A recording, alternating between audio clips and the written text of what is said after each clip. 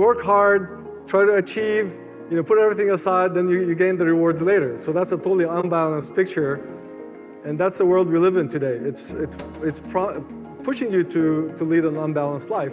But the human machine, I call it, wants you to be in balance. And then if you are unbalanced, if you think of healing, if you want to achieve a change, that's what it requires, some sort of a change to achieve healing. So usually my audience doesn't look like this.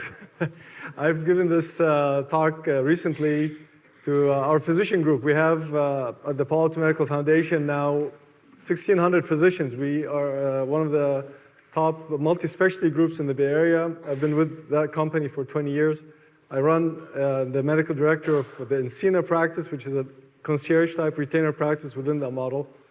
Wellness has been my passion for many years, and I've really tried to answer the question with my patients that I see every day, how can I help them achieve better health and wellness? So that's what we'll talk about today. I think Alex alluded to CRISPR and microbiome, and I'm going to save some time at the end. We can talk about all these things, the new technologies, but really my talk is going to be much more basic and going back to the fundamentals of health. So I have a mantra called the 4 pillars of healthy living. We'll talk about that: nutrition, activity, sleep, and mindset. And then I'm going to delve a little bit into habit, because what I've noticed with my patients, we are creatures of habit, and it's been very, very challenging for me to help my patients change some bad habits or have them adopt new habits. So we'll delve into the science of habit a little bit, and then I'll open up to questions. Palo Alto Medical Foundation is a multi-specialty group that's been in the Bay Area for 90 years. And the concept is that you bring physicians under one roof, and that's the model of the future, because you need collaboration. You need to be able to coordinate care at a much higher level than you could do as an individual physician.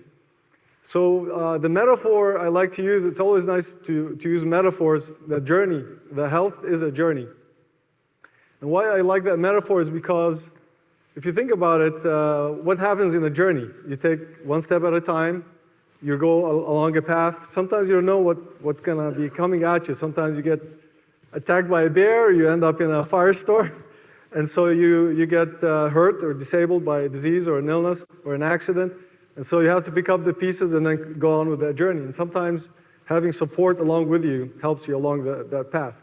So think of it along those lines. So as a physician, this is what I see every day, and it is happening at a younger age to a lot of my patients. And so I've kind of coined the term modern human diseases. These are the diseases that we will encounter at some point in our life. You think of cancer, heart attack, stroke, diabetes. There's autoimmune disorders that are becoming much more prevalent, and then the mental health disorders. This is a lecture that comes from maybe more than 10 years ago, that the determinants of health, 40% is attributed to lifestyle and 30% to genetics. And what we're learning more and more now, that your lifestyle actually turns on and off your genes. So ultimately 70% plus of what you do in terms of your lifestyle will impact your health and wellness. What we'll be talking about is not so much about staying alive, lifespan, it's about health span. So there are two different trajectories I see with my patients, with folks, starting at a young age, and then as you go on in this journey, is that some people will thrive, will have really an amazing lifespan, health span, and they will thrive until the end, and then something drastic will happen and they'll fall off a cliff. The other trajectory is that you end up with multiple disorders early in life. You start with arthritis, you can't exercise anymore, you get an autoimmune disorder, then you have to take meds, and then you end up with a stroke, for example, and then you kind of subsist, and then you die. So we're not talking about, we're really good about keeping you alive.